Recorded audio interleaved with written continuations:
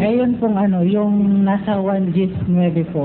19? Yung Sabi ni Kristo, ako ang pintuan ng mga tupa. Sino man pumasok sa akin, ay siya'y maliligtas. At papasok at lalabas at makakasumpong ng pastulan. Ano papasok saan? Kay Kristo. Kay Galdagade, papasok ka kay Kristo. Kayo naman, ano si Kristo? Pintuan. Papasok ka kay Kristo. Papasok ang ano? Ang papasok na ano? Ganun sila kung bumali. Papasok ang ano kay Kristo. Si Kristo ang pintuan. Papasok ang ano? Sasagot. Papasok ang sangkap ng katawan.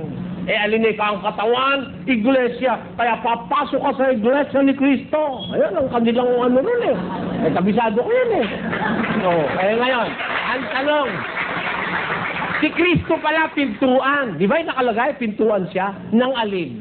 Ng mga tupa. Papasok ang ano? Hindi papasok ang tupa. Pintuan ng tupa. Ano papasok?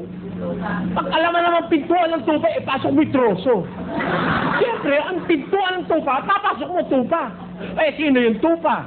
At bakit papasukan si Kristo? Si Kristo kasi pintuan. Di ba? Yung kahulugan ng pintuan, pasukan. Pagka papasok ka sa pintuan, asan ang pintuan? Asan? Magkapintuan, may bahay. Tama? Pag may pintuan, may bahay. Walang pintuan, walang bahay. Pag may pintuan, may kalooban yon, di ba? Yung pintuan ng lubaw. Sa Pampanga, may tinatawag, pasbol ng lubaw Pagpasok mo doon, nasa lubaw ka na. Di ba? Mapupunta ka sa lubaw, pasok mo sa pintuan ng lubaw.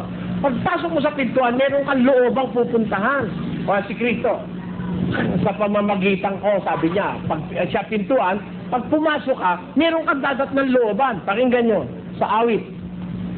Nagsipasok kayo sa kanyang mga pintuang daan na may pagpapasalamat at sa kanyang looban na may pagpupuri. Pagpasok mo sa pinto, may looban yun. Ano yung loob? Basa. Sa mga looban ng bahay ng Panginoon. Amen! Saan ka mapasok na loob? Si Kristo, pinto. Pinto para makapasok ka sa looban ng bahay ng Diyos. Alin ba yung bahay ng Diyos? Basa. Ngunit kung ako'y magluwat ng mahabang panahon, ay upang maalaman mo kung paano ang dapat sa mga tao na ugaliin nila sa bahay ng Diyos. Ano yun? Na siyang iglesia ng Diyos. Kita mo ang bahay ng Diyos, iglesia ng Diyos? Kaya si Kristo, pagka sa kanya ka papasok bilang siya'y pinto, mapapapasok ka sa bahay ng Diyos. At yung bahay ng Diyos, yun ang iglesia ng Diyos, hindi iglesia ni Kristo. Mapapasukan mo. Si Kristo kasi pinto Wala naman pinto, walang bahay. Miski yung pospro May bahay, may pinto Di ba? Kailangan mo pagpapasok ka kay Kristo bilang pinto, mapasok ka sa bahay. At yun ang bahay ng Diyos, nasabi ng Biblia siyang iglesia ng Diyos. Kasi po ang tinuro sa amin simula pa nung kabataan namin na yung papasukan doon ay yung kawan daw po.